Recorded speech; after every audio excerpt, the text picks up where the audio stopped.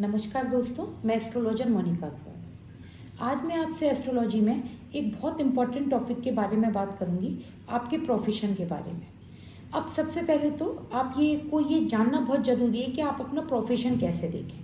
Profession एक बहुत simple तरीका है कि जो आपका D1 यानी कि जो आपका लगन चार्ट है उसमें आप 10th हाउस देख लीजिए, 10th हाउस के लॉर्ड देख लीजिए और सैटर्न देख लीजिए। उससे आपको एक आइडिया लग जाएगा कि आपका प्रोफेशन कैसा रहेगा, किस फील्ड में रहेगा। लेकिन एस्ट्रोलॉजी में, ज्योतिष में षोडश वर्ग होते हैं। षोडश वर्ग मतलब 16 कुंडलियाँ होती हैं। 16 कुंडलियों में जैसे D1 हो गया, D9 हो गया, D4 हो गया, D60 हो गया, ऐसे D24 हो गया, ये ऐसे करके षोडश वर्ग होता है। अब इसमें जो एक बहुत मोस्ट इम्पॉर्टेंट कुंडली होती है आपके प्रोफेशन के लिए, वो होती है D10। D10 यानी कि दशमांशा कुंडली। दशमांशा कुंडली कैसे बनती है? जो आपका D1 का 10th हाउस है उसको 10 पार्ट में डिवाइड करा जाता है, तब आपका D10 जो है तैयार होता है।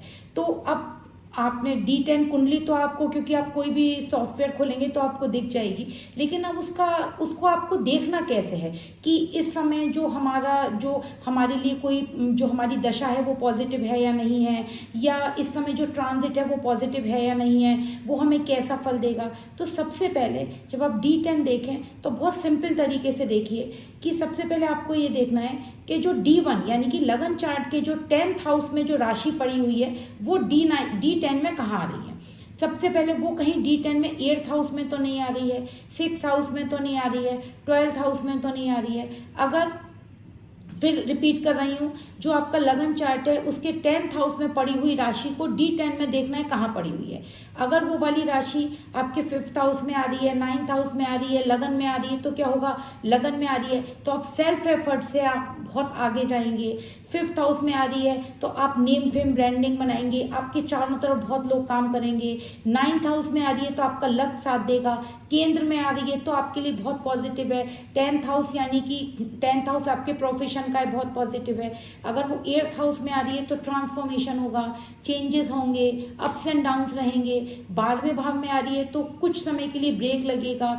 6th हाउस में आ रही है तो उसमें भी आपको कहीं ना कहीं स्ट्रगल करना पड़ेगा। हाँ, लेकिन अगर आप उसी से रिलेटेड प्रोफेशन करते हैं, 8th हाउस हो गया, 8th हाउस क्या हो गया, एस्ट्रोलॉजी हो गया, रिसर्च हो गया, माइनिंग का काम हो गया, LIC का काम हो गया, 6th हाउस हीलिंग का काम हो गया, 12th हाउस फॉरेन से रिलेटेड काम हो गया, 6th हाउस CACS का काम हो गया, हीलिंग का काम हो गया, 6th हाउस जॉब का काम हो गया, लॉ का काम हो गया, मेडिकल का काम हो गया, अगर उससे रिलेटेड काम करेंगे तो कोई प्रॉब्लम नहीं आएगी। तो सबसे पहले तो ये देखिए।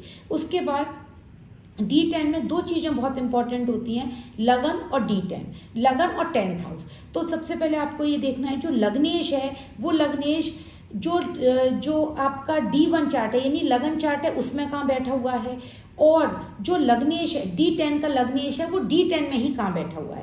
वो अगेन फिर कहीं 8th हाउस में तो नहीं है, 12th हाउस में तो नहीं है। तो बहुत सिंपल है, 12th हाउस में है तो बाहर जाके काम करेंगे, फॉरेन से रिलेटेड काम करेंगे। 8th हाउस में तो रिसर्च से रिलेटेड, एस्ट्रोलॉजी से रिलेटेड काम करेंगे। 6th हाउस में है तो अभी 6th हाउस से रिलेटेड काम बताए थे उसमें करेंगे। ऐसे ही आपको D10 का जो दशमांश है उसका 10th हाउस देखना है, वो उसका लॉर्ड भी आपको जो लगन चार्ट है उसमें देखना है वो कहाँ बैठा हुआ है। वो पॉजिटिव बैठा है, 6-8-12 में नहीं बैठा है तो बहुत अच्छा रिजल्ट देगा आपको आपके प्रोफेशन में, आपको बहुत अपलिफ्ट कराएगा। अब एक चीज़ इसमें बहुत इंपॉर्टेंट होती है, अब आपको ये देखना है दशा, कि दशा किसकी चल रही है।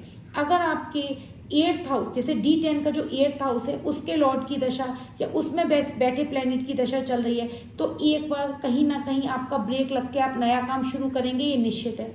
12th हाउस में बैठे प्लेनेट की दशा चल रही है, 12th हाउस की दशा चल रही है तो कुछ समय के लिए ब्रेक लगेगा, आप बाहर जाएंगे। 6th हाउस की दशा चल रही है, अगर आप उससे रिलेटेड काम कर रहे हैं तो कोई बात नहीं, तो आपके ऊपर लोन हो सकता है, लड़ाई झगड़ा हो सकता है, आपके ऊपर कोई कोर्ट केस हो सकता है। तो उसके लिए एक आपको रेमेडी बताती हूँ कि D10 के लगन में जो भी राशि पड़ी है, जो भी राशि पड़ी हुई है मेष से लेकर मीन तक, उस देवी देवता की आप पूजा करना शुरू कर दें। जैसे मान लीजिए किसी के जुपिटर एग्जॉल्टेड बैठे हुए हैं तो आप डेली मंदिर जाना शुरू कर दें। अगर आप डेली मंदिर जाएंगे तो आपको कैसी भी, मतलब आपकी 6-8-12 की भी अगर D10 की आपकी दशा चल रही होगी तो आपका कहीं कोई प्रॉब्लम नहीं आएगी। आपको ये एक आप अपना रूटीन बना लीजिए कि आपको अपने रूटीन में करना है। छठी राशि पड़ी है तो छठी राशि क्या होती है, हीलिंग है, तो आप लोगों के लिए काम करिए, पक्षियों को फीड कराइए, जानवरों के लिए काम करिए। आपको ये देखना है कि कौन सी राशि पड़ी है। मेष राशि है तो आप हनुमान जी की पूजा कर लीजिए।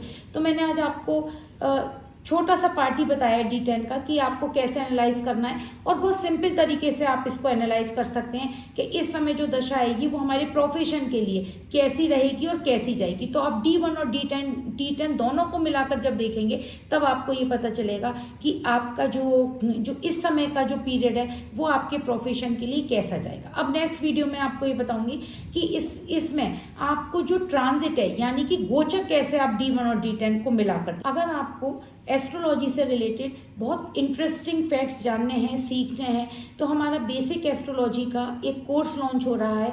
उसमें आपको ये मेष से लेके मीन तक 12 राशियों के बारे में, ब्लैंक चार्ट प्रेडिक्शन कि आपकी मेष राशि कहीं भी पड़ी हुई है वो आपको कैसा रिजल्ट देगी, उसके बाद जो घर हैं वो आपको कैसा रिजल्ट देंगे, राशि और प्लेनेट मिलाकर आप कैसे प्रेडिक्शन कर सकते हैं। D1 को, क्योंकि D1 क्या है, आपका लगन चार्ट है, आपकी बॉडी है, और D9 क्या है, आपकी सोल है, आपकी आत्मा है। तो आपको D1 चार्ट को D9 से मिला के कैसे प्रेडिक्शन करना है। घर देखना है तो आपका D4 में जाके कैसे देखेंगे आपको एजुकेशन देखनी है तो D24 में कैसे देखेंगे, पास्ट लाइफ कर्मा देखना है तो D60 में कैसे देखेंगे।